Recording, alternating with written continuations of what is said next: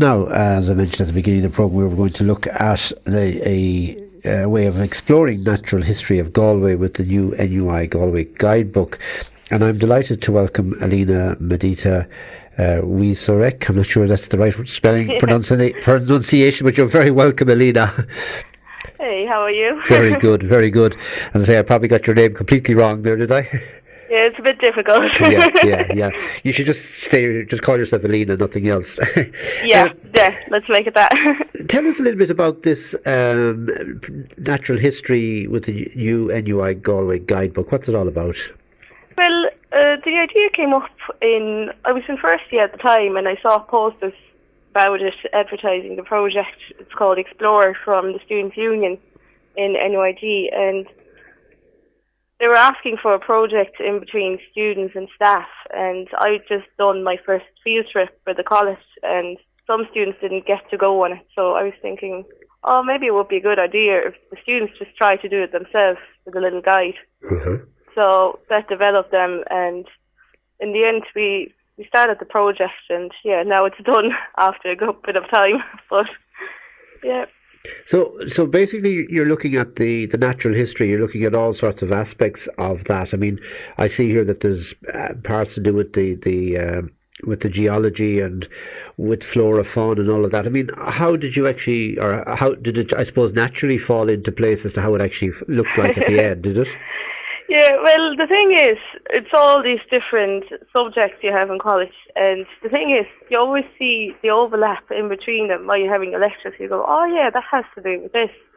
And so it was a thing to also combine all the subjects. So when you go along the coast, you start the trip at the museum, you see all the different kinds of rocks and how they interact with the algae living on it on the coastline, and then how, again, the algae interact with birds or crabs or all the zoological features.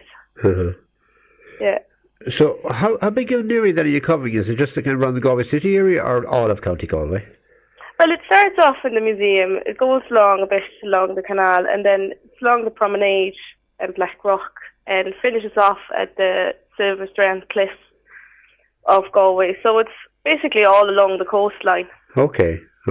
And, I mean, I suppose, who is it aimed at? I mean, is it for visitors or for locals or for both?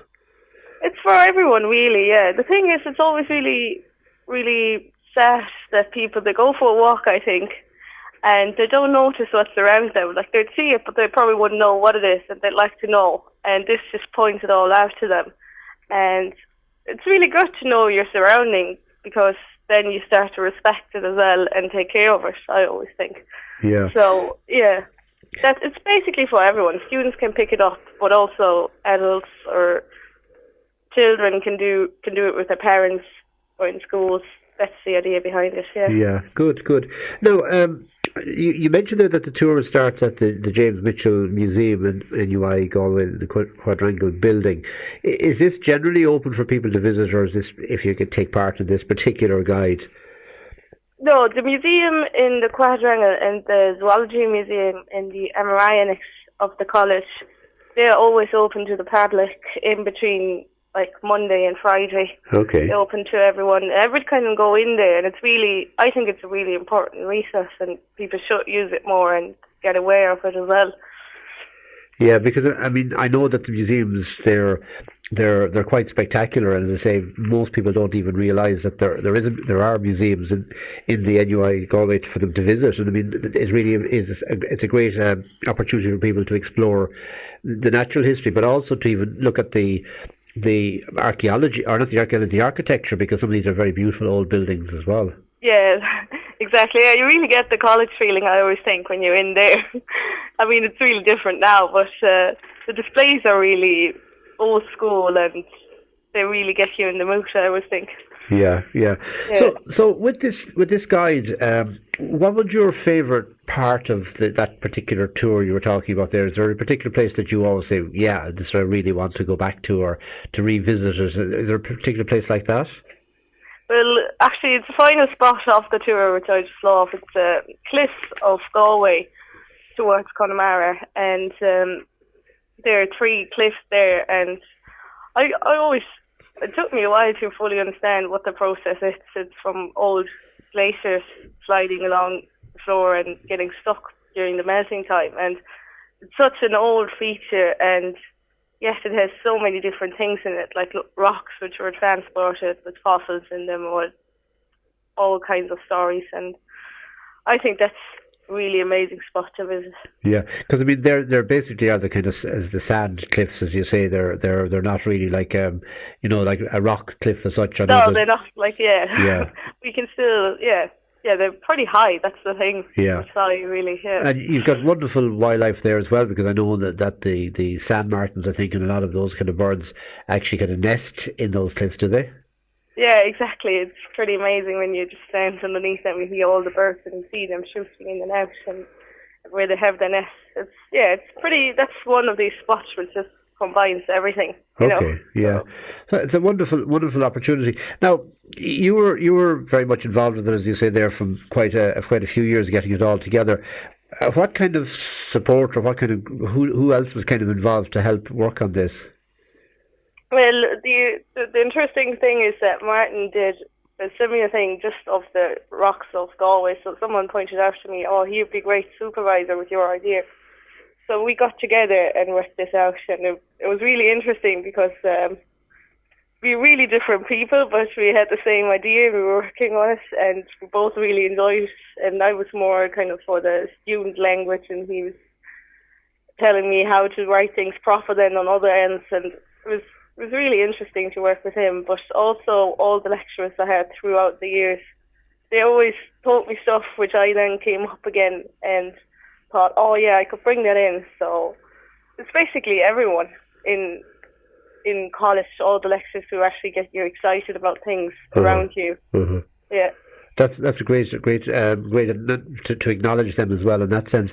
The other thing, I suppose, is, I mean, the work that you've been doing over the few years, does this also form a part of your course, your end of the course time, when it's, either for whatever, are you doing a doctorate or anything like that, or a PhD or anything with it?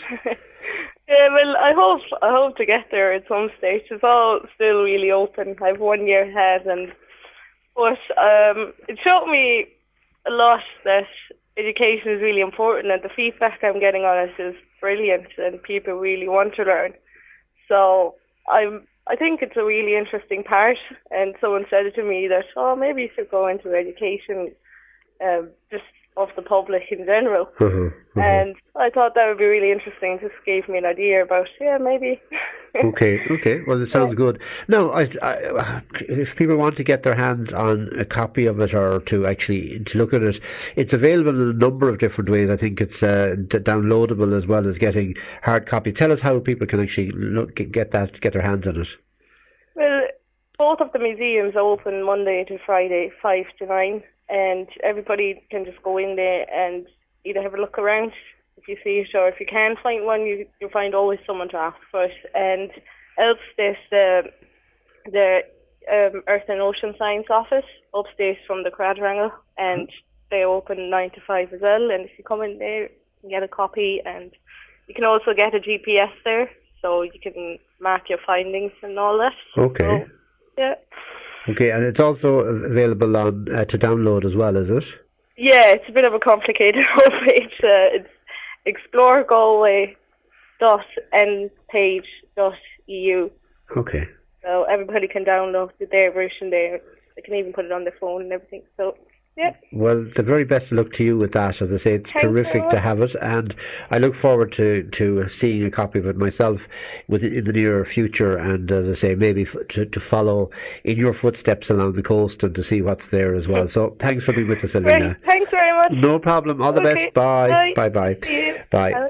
Now that's Alina Wieczorek. I think, as I say, she didn't actually tell us the right pronunciation of her name, but again, apologies, I'm sure we've got it completely wrong, but fair play to her for doing that particular piece. So self-guided field trip, Galway area, and as I say, with great help from Professor Martin Feely, who's well known here in the Connemara area, and very much involved in a lot of the field work that's gone on over the last few years as well, with different types of projects. But Lovely to see that, as I say, and it should be really interesting. If you've got any interest in the Galway city and I suppose just suburb type area, well worth going along to there and to see that as well. And of course, don't forget those museums.